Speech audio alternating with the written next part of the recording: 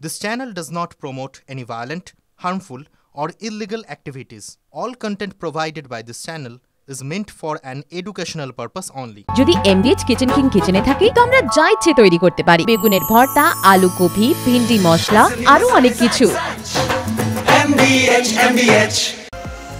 নমস্কার, স্বাগত আপনাকে আরো একবার টিভি9 বাংলায়। আমি দীপ রয়েছে আপনার সঙ্গে। ঘড়িতে সময় দুপুর 12টা, তার মানেই এখন টিভি9 বাংলার সময় প্রেস কর্নারের। আর প্রেস কর্নারের শুরুতেই নজর রাখতেই হবে কসবার খবরে।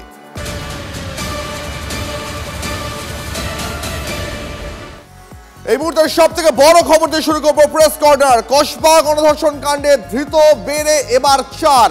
গ্রেপ্তার করা হলো কলেজের গার্ডকে। প্রথমে তাকে আটক করে দফায় দফায় জিজ্ঞাসাবাদ করা হয়, তারপর গ্রেপ্তার। কি অভিযোগ তার বিরুদ্ধে জানবো। আমাদের সহকর্মী সুপ্রিয় রয়েছিল আমাদের সঙ্গে।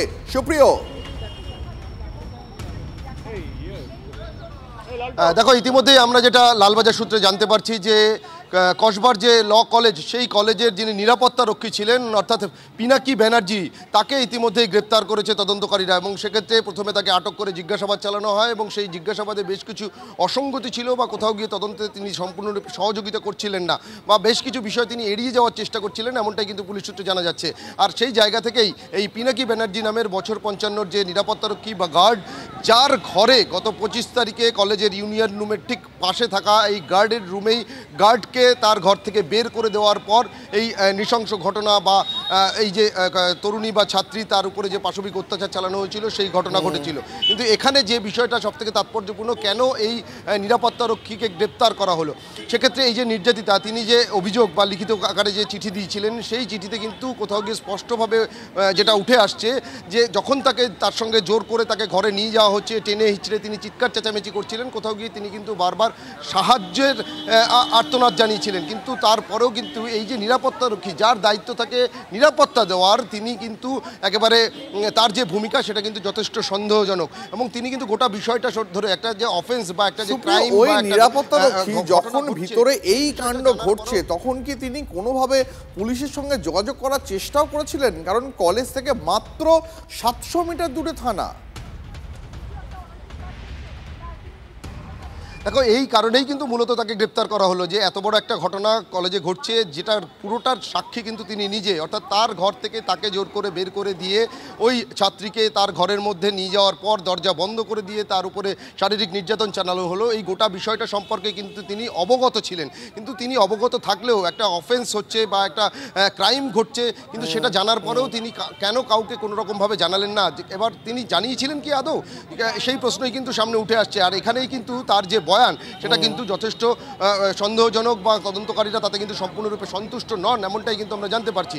আর সেই কারণেই কিন্তু এই যে গার্ড বা নিরাপত্তারক্ষী পিনাকি ব্যানার্জি, তাকে ইতিমধ্যেই গ্রেপ্তার করেছে পুলিশ। অর্থাৎ এই কসবা কাণ্ডে কিন্তু গ্রেপ্তারির সংখ্যা বেড়ে দাঁড়ালো 4। মূল অভিযুক্ত মনোজিৎ মিশ্র সহ তার 2 সহযোগী 3 জনকে প্রথমে গ্রেপ্তার এবং তারপর আজকে এই নিরাপত্তারক্ষী তাকেও কিন্তু গ্রেপ্তার করা হয়েছে। আজকে তাকে আদালতে পেশ করা হবে, পুলিশের তরফ থেকে তাকে কাস্টাডিতে চেয়ে আবেদন জানানো হবে, এটাও কিন্তু আমরা জানতে পারছি পুলিশ সূত্রে। একেবারে সুপ্রিয়, আমাদের সঙ্গে থাকো। প্রশ্ন কিন্তু আরো অনেকগুলো রয়েছে। প্রশ্ন হচ্ছে, কসবার কলেজে গণধর্ষণ কাণ্ডে ধৃত 3 জনের বাইরে কি আর কেউ জড়িত? পুলিশি তদন্তে চাঞ্চল্যকর তথ্য। ঘটনার সময় আরো বেশ কয়েকজন কলেজে ছিল বলে তদন্তে উঠে এসেছে। ঘটনার সময় তাদের কি ভূমিকা ছিল, ওই ঘটনা সম্পর্কে কতটা অবগত ছিলেন তারা, কাউকে কি এই বিষয়ে জানিয়েছিলেন? এই বিষয়টা সুপ্রিয়র কাছ থেকে জানার চেষ্টা করবো। সুপ্রিয়, পুলিশের কাছে এই মুহূর্তে আরও একটা যেটা বিষয় তুমি জানাচ্ছিলে একটু আগে, যে এই গোটা ঘটনার সঙ্গে যারা 3 জন গ্রেপ্তার হয়েছে, যেটা এখন বেড়ে 4 হলো, এর বাইরে কি আর কেউ জড়িয়ে? কাউকে কি ওই ছাত্রীর সঙ্গে যে অপকর্ম করা হয়েছে, তার যে ভিডিও তোলা হয়েছে, সেই ভিডিও কি বাইরে কাউকে পাঠানো হয়েছিল? পুলিশ এখনো পর্যন্ত তদন্তে আর কি জানতে পারছে?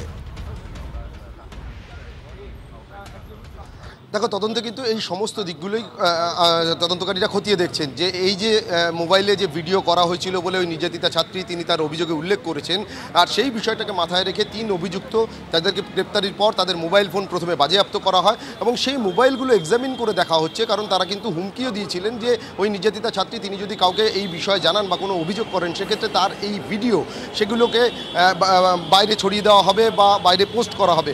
আর সেখান থেকেই এখন এদের মোবাইল ফোন এক্সামিন করার তার মধ্যে দিয়ে তদন্তকারীরা যেটা জানার চেষ্টা করছেন যে এই ভিডিওগুলো শুধুমাত্র তোলার পর সেগুলো তাদের মোবাইলেই রাখা হয়েছিল নাকি পরবর্তীতে অন্য কোথাও কোনোভাবে সার্কুলেট করা হয়েছিল সেটাও যেমন জানার চেষ্টা করছেন। এবং ইতিমধ্যেই যেটা আমরা জানতে পারছি যে পারিপার্শ্বিক যে সমস্ত তথ্য প্রমাণ বা কলেজের ভেতরে থাকা যে সমস্ত সিসি ক্যামেরা রয়েছে সেই ফুটেজ দেখার পর খতিয়ে দেখার পর তদন্তকারীরা ইতিমধ্যেই যেটা জানতে পেরেছেন এই যে 3 জন গ্রেপ্তার হয়েছে, এমনকি গার্ড তাকেও আজকে গ্রেপ্তার করা হলো। এর বাইরে আরও কয়েকজনের কিন্তু ওই দিন এই যে 25 তারিখ সন্ধ্যের পর কলেজে উপস্থিতি ছিল, কিন্তু তারা কারা তাদের তালিকা কিন্তু ইতিমধ্যেই তদন্তকারীরা তৈরি করছেন এবং তাদের কি ভূমিকা ছিল, অর্থাৎ এ ধরনের একটা ক্রাইম কলেজের ভেতরে ঘটছে সেই বিষয়টা কি তারা জানতেন, যদি জেনে থাকেন সেক্ষেত্রে তারা কাউকে কি এই বিষয়গুলো সম্পর্কে জানিয়েছিলেন কিনা, অর্থাৎ যাদের উপস্থিতি ছিল তাদের তালিকা তৈরি করা, এমনকি তারা কি ভূমিকা পালন করেছিলেন বা তারা এই বিষয় সম্পর্কে অবগত ছিলেন কিনা সেটাই কিন্তু এখন স্পষ্ট হতে চাইছেন তদন্তকারী আধিকারিকরা। সুপ্রিয়, অনেক ধন্যবাদ তোমাকে, নজর রাখো। এবার দেখুন, এই যে জঘন্য ঘটনা বাংলার ভেতর একটা কলেজের মধ্যে ঘটে গেল, তার তীব্র নিন্দা সরব হচ্ছে বিরোধীরা। চোর জঙ্গিরা রাজ্যের কলেজে বসে, তার ফলে যা হওয়ার তাই হচ্ছে, মন্তব্য রাজ্যের বিরোধী দলনেতা শুভেন্দু অধিকারীর। অধিকাংশ জায়গায় অধ্যক্ষরা ভয়ে এবং চাপে থাকে, আর অনেক জায়গায় স্পাইনলেস অধ্যক্ষরা আছেন যাদের যোগ্যতা নেই অধ্যক্ষ হওয়ার। ঋত্য বসুরা যোগ্যতা তাদেরকে করেছেন। বিকাশ ভবন থেকে তো হয় না, তৃণমূল অফিস থেকে শিক্ষা দপ্তর নিয়ন্ত্রিত হয়, ক্যামাক স্ট্রিট থেকে তালিকা আসে। আপনি করবেন, করার কিচ্ছু নেই। এবং গভর্নিং বডির প্রেসিডেন্টদের যদি তালিকা দেখেন, চোর, চিটিংবার, ধর্ষণ, জেহাদি, জঙ্গি, এই লোকেরা সমস্ত গোটা পশ্চিমবাংলার কলেজে বসে আছে। তার পরিণতি যা হওয়ার তাই হচ্ছে। বাংলার কলেজে কলেজে নির্বাচন ছাড়াই ইউনিয়ন রুমগুলো শাসকের দখলে। কসবার কাণ্ডের পর কলেজে কলেজে দাদাগিরির সেই ছবিটা আরও একবার প্রকাশ্যে চলে এলো। প্রত্যেক কলেজের দায়িত্বে বহিরাগত টিএমসিপি দাদার নির্দেশ ছাড়া একটাও পাতা নড়ে না এই কলেজগুলোয়। যোগেশচন্দ্র হোক, আশুতোষ, সুরেন্দ্রনাথ, চিত্তরঞ্জন, সব কলেজেই কোথাও না কোথাও কোনো না কোনো টিএমসিপির দাদা রয়েছে। আমার সহকর্মী সুমন এই মুহূর্তে আমাদের সঙ্গে রয়েছেন। সুমন, আমরা দেখেছি এর আগে অধ্যাপক, কলেজের প্রিন্সিপাল, কলেজের ছাত্রছাত্রীরা তারা রাস্তায় বসে বিক্ষোভ দেখাতেও বাধ্য হয়েছে এই দাদাদের দাদাগিরির বিরুদ্ধে, কিন্তু তারপরেও বাংলার কলেজগুলোয় এই ছবিটা বদলায় না। নির্বাচন বন্ধ, দিনের পর দিনে বহিরাগত দাদারাই কি কলেজে দাদাগিরি চালিয়ে যাবে? দেখো, 8 বছর হয়ে গেল কলেজে কোনো ছাত্র সংসদ নির্বাচন হয়নি, কিন্তু তারপরেও ছাত্র সংসদের যে ইউনিয়ন রুম সেটা কিন্তু সম্পূর্ণভাবে ম্যাক্সিমাম কলেজেই কিন্তু তৃণমূল ছাত্র পরিষদের দখল। এবং সেই ইউনিয়ন রুমের নির্ণায়ক কথা কে? একজন বহিরাগত টিএমসিপি দাদা। তুমি যে কোনো কলেজের দিকে তাকাও, সেটা আশুতোষ কলেজ হতে পারে, Dinabandhu Andrews college, Chittaranjan college, Jogeshchandra Chowdhury college, কিংবা কলকাতা বিশ্ববিদ্যালয়, রবীন্দ্রভারতী বিশ্ববিদ্যালয়, সেখানে কিন্তু এই বাইরের দাদার কথাতেই কিন্তু কলেজ পরিচালিত হয়। প্রিন্সিপালরা ভয়ে থাকেন, তারাও কিন্তু কোনো পদক্ষেপ করতে পারেন না। তাদেরও কিন্তু কোনো পদক্ষেপ করার আগে এই দাদাদের সাথে সলা পরামর্শ করে নিতে হয়। এবং এভাবেই কিন্তু এই দাদাদের বিরুদ্ধে একাধিক অভিযোগ রয়েছে, তারপরেও কিন্তু দাদারা কাজ চালিয়ে যাচ্ছেন। এবং দাদাদের প্রভাব কতটা তুমি এই যে সাউথ ক্যালকাটা ল কলেজ যেখানকার এই ইনসিডেন্ট সেটা দেখলেই বুঝতে পারবে। দেওয়ালে দাদার নাম খোদাই করা এই মনোজিৎ মিশ্র, সে কিন্তু কলেজের পাস আউট, কলেজের একদম ক্যাজুয়াল স্টাফ, সেই চাকরি নিয়েও একাধিক অসঙ্গতি রয়েছে। তারপরেও কিন্তু ইউনিয়ন রুম তার দখলে থাকবে, তার নির্দেশে চলবে, এরকম দাদারা কিন্তু কলকাতার সব কলেজেই রয়েছে। এবং সেই দাদাদের দখলে ইউনিয়ন রুম থাকে। অন্য কোনো রাজনৈতিক যে ছাত্র সংগঠনগুলো রয়েছে তাদের ইউনিয়ন রুমে প্রবেশাধিকার থাকে না, তবে নির্বাচন ছাড়াই সেই ইউনিয়ন রুম এই দাদাদের দখলে। সুমন, অনেক ধন্যবাদ তোমাকে। আমরা কথা বলেছিলাম বেশ কয়েকজন কলেজের অধ্যাপক, প্রাক্তন প্রিন্সিপালদের সঙ্গে, তারা এই দাদাদের দাদাগিরি নিয়ে কি বলছেন শুনুন। এই অছাত্ররা তারা শেষ দিনও আমাকে অত্যন্ত খারাপ ব্যবহার করেছে। যে শব্দগুলো আমি আবার দ্বিতীয়বার উচ্চারণ করতে পারবো না, এইরকম শব্দ। তো এবং এরা পুরো ভ্যাকেশন ইউনিয়ন রুম খুলেছে, যথেচ্ছা করে ঘুরে বেরিয়েছে। কিন্তু আমি পুলিশকে বহু জানিয়েছি, পুলিশ পিকেটিংও বসেছে, তারপরেও আমার প্রাইভেট সিকিউরিটি তাদের আমরা ডেকে ধমকেছি, তারপরেও এদের তাণ্ডব লীলা এটা বন্ধ করা যায় না। কোনো নিয়ম নীতি এখন চলে না। এখন দাদাদের নিয়ম, তারা সেটাই নিয়ম। প্রিন্সিপালরা একদম ছোট জগন্নাথ, তাদের কথা বললে তার গলা কাটা যাবে, তাদের চেয়ার নড়ে যাবে, 1 মিনিটে তাদেরকে করে দেবে। ট্রান্সফার করে দেবে। তাদের কথা বলার কোনো ক্ষমতা নেই। প্রত্যেকটা শিক্ষা ক্ষেত্রে তাই, প্রিন্সিপালরা সব অসহায়, তারা বলছে তো আমাকে। এবার তৃণমূলের রাজ্য সাধারণ সম্পাদক অভিরূপ তিনি কি বলছেন শোনাবো আপনাদের, পাশাপাশি শোনাবো এসএফআই এর তরফে দেবাঞ্জন দে তার প্রতিক্রিয়াও। একদমই ভুল কথা। যাদের পায়ের নিচের মাটি চলে গেছে, যারা শূন্য থেকে মহাশূন্যের পথে, তাদের এইসব ভুলভাল মন্তব্যের কোনো কথাবার্তা আমরা উত্তর দিতে পারছি না। সেমিস্টার সিস্টেমের মধ্যে দিয়ে একটা নির্বাচন করতে মিনিমাম 1.5 মাস সময় লাগে। সেই নির্বাচন করতে গিয়ে কিভাবে করতে হবে আমি আশাবাদী যে রাজ্য সরকার নিশ্চয়ই তার ব্যবস্থা নিচ্ছে। এখন এই মুহূর্তে ইউনিয়ন রুমগুলো তৃণমূল ছাত্র পরিষদের দখলে কেন, এই প্রশ্ন তারা তুলছে। কারণ কি, সাধারণ ছাত্রছাত্রীরা তৃণমূল ছাত্র পরিষদের উপর আস্থা রাখে। আপনি যে কোনো কলেজে গিয়ে দেখতে পারেন, যে কোনো বিশ্ববিদ্যালয়তে গিয়ে দেখতে পারেন যে তৃণমূল ছাত্র পরিষদ কিভাবে পরিশ্রম করে চলেছে দৈনন্দিন ছাত্রছাত্রীদের পাশে থাকার জন্য। আজকে 7 বছর হয়ে গেছে, 8 বছর হয়ে গেছে ছাত্র সংসদ নির্বাচন বন্ধ। আইসিসি গঠন করা হয়নি কোনো ক্যাম্পাসে, নির্বাচিত আইসিসি নেই কোনো ক্যাম্পাসে। কার্যত ক্যাম্পাসগুলোকে তৃণমূলের ক্রাইম সিন্ডিকেট, ক্রিমিনালদের মানে আতুর ঘরে পরিণত করেছে, যার ফলাফল এই সমস্ত ঘটনা। ইমিডিয়েট ছাত্র সংসদ নির্বাচন, ইমিডিয়েট নির্বাচিত আইসিসি গঠন সমস্ত ক্যাম্পাসে করতে হবে। শাসক দলের গুন্ডারা কন্ট্রোল করছে কলেজ ইউনিভার্সিটি, অভিযোগ শুভেন্দু অধিকারী। ছাত্র সংসদের নির্বাচনের সঙ্গে কোনো সম্পর্ক নেই। কলেজ এবং ইউনিভার্সিটিগুলো কন্ট্রোল করছে মূলত তৃণমূলের গুন্ডারা, তোলাবাজরা, ধর্ষণকারীরা, এবং এদের প্রত্যেকের বয়স 30 ঊর্ধ্ব, কেউ কেউ 50 ঊর্ধ্ব আছে। এদের সবাই বিবাহিত, এদের 2-3টে করে বাচ্চা আছে। এরা এই জায়গাগুলোকে আখড়া পরিণত করেছে এবং অধিকাংশ কলেজের গভর্নিং বডির প্রেসিডেন্ট এই ধরনের ভাইপো গ্যাংয়ের লোকেরা।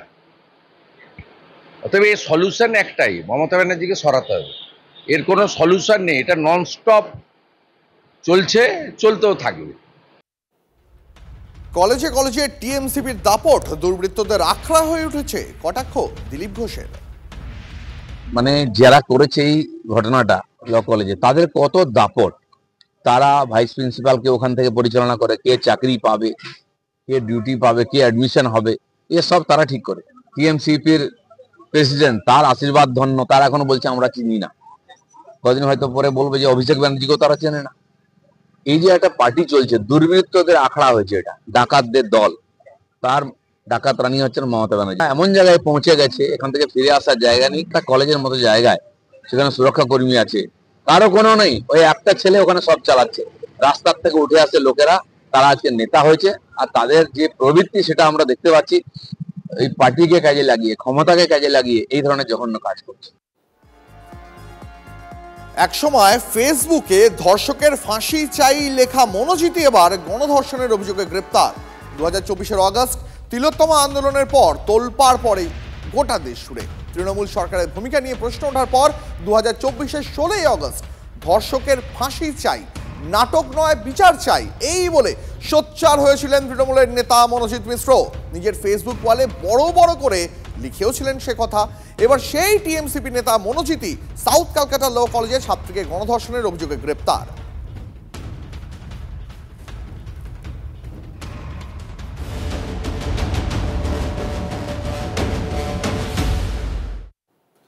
কসবায় কলেজের ছাত্রীকে গণধর্ষণ, একাধিক অভিযোগ উঠে আসছে এফআইআরে। নির্যাতিতা অসুস্থ হয়ে পড়লেও তাকে রেহাই দেয়নি অভিযুক্তরা। অভিযোগপত্রে লাইনে লাইনে বিস্ফোরক বয়ান নির্যাতিতার। অভিযোগ, ধস্তাধস্তির সময় অসুস্থ হয়ে পড়েন নির্যাতিতার প্যানিক অ্যাটাক শুরু হয়ে যায় শ্বাসকষ্ট।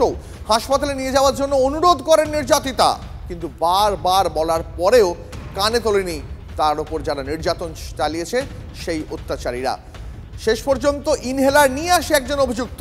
ইনহেলার নেওয়ার পর একটু সুস্থও বোধ করেন নির্যাতিতা, তারপর গার্ডের ঘরে নিয়ে গিয়ে চলে গণধর্ষণ। ভাবুন একবার কতটা নির্দয় এই অভিযুক্তরা।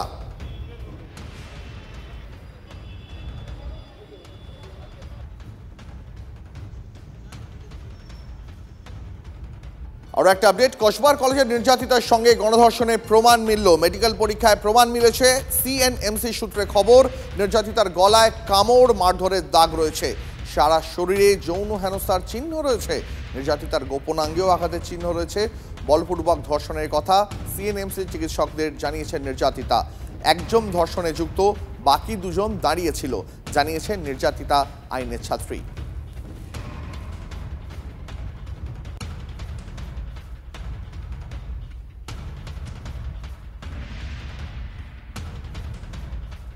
একমাত্র মনোজিতের ঘনিষ্ঠ ছিল জাইব। কলেজের দাদা বলে মাথায় করে রাখত।